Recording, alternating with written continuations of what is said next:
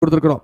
4 கோடி ரூபாய் மதிப்பீட்டில் கூட்டு குடிநீர் திட்டம் நிறைவேற்றப்பட்டிருக்கு. இப்படி பல்வேறு திட்டங்களை செஞ்சு கொடுத்துட்டு மீண்டும் உதயசூரியன் சின்னத்திற்கு நம்முடைய வேட்பாளருக்கு அண்ணன் துரைராஜ் அவர்களுக்கு இன்னொரு வாய்ப்பு கொடுங்க அப்படின்னு கேட்கறதுக்காக உங்களை எல்லாம் வந்திருக்கிறேன். இது மட்டும் இல்லை, இன்னைக்கு பல்வேறு வாக்குறுதிகளை திட்டங்களை செஞ்சிருக்கிறோம். போன முறை சட்டமன்ற தேர்தல் போது சொன்ன வாக்குறுதி மகளிருக்கு கட்டணமில்லா பேருந்து திட்டம். அதாவது நம்முடைய முதலமைச்சர் அவர்கள் பொறுப்பேற்று போட்ட முதல் கையெழுத்து மகளிருக்கு கட்டணமில்லா பேருந்து திட்டம்.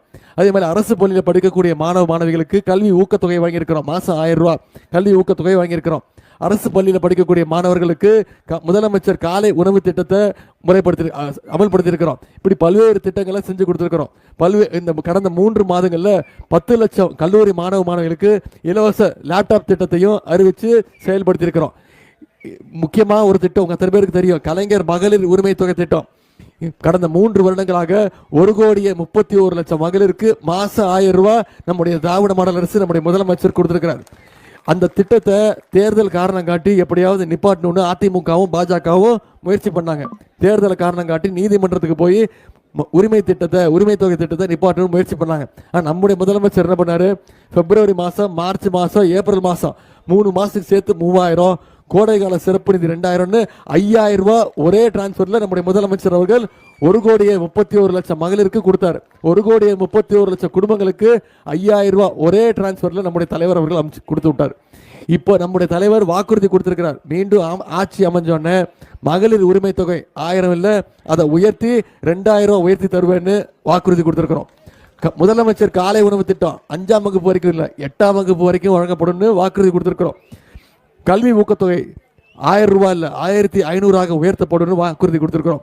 ஓஏபி முதியோர் உதவித்தொகை 1200 ரூபா கொடுத்துட்டு இருக்கிறோம், அதை உயர்த்தி 2000 ரூபாய் தருன்னு நம்முடைய தலைவர் வாக்குறுதி கொடுத்திருக்கிறார். அதே மாதிரி அடுத்த 5 வருஷத்துல அனைத்து கல்லூரி மாணவ மாணவிகளுக்கும் 35 லட்சம் லேப்டாப்கள் இலவசமாக கொடுக்கப்படும் வாக்குறுதி கொடுத்திருக்கிறோம். அடுத்த 5 வருஷத்துல 10 லட்சம் கலைஞர் கனவு இல்லம் கட்டப்பட்டு யார் யாருக்கெல்லாம் வீடு இல்லையோ அத்தனை பேருக்கும் வீடு வழங்கப்படும்னு வாக்குறுதி கொடுத்துருக்கிறோம். இன்னொரு முக்கியமான வாக்குறுதி, மகளிருக்கான வாக்குறுதி.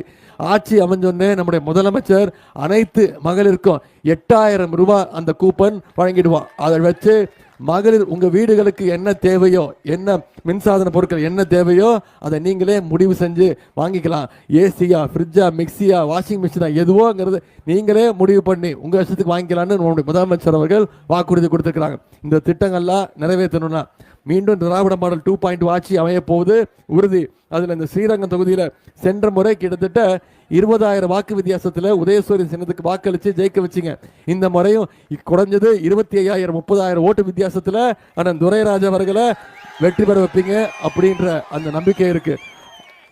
வர்ற 23ஆம் தேதி தேர்தல் அன்னைக்கு வாக்குச்சாவடிக்கு போய் வாக்குப்பெட்டியில் 3வது இடத்துல நம்முடைய வேட்பாளருடைய பெயரும் உதயசூரியன் சின்னமும் இருக்கும்.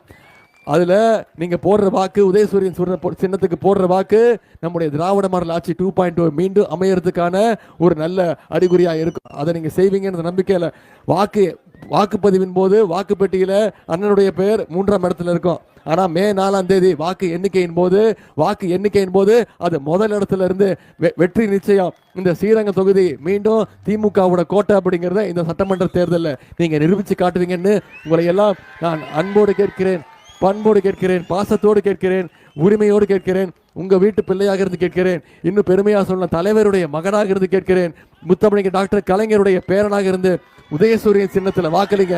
நம்முடைய அண்ணன் துரைராஜ் அவர்களை அதிகமான வாக்கு வித்தியாசத்தில் வெற்றி பெற வைக்க வேண்டும் என்று கேட்டுக்கொண்டு நன்றி.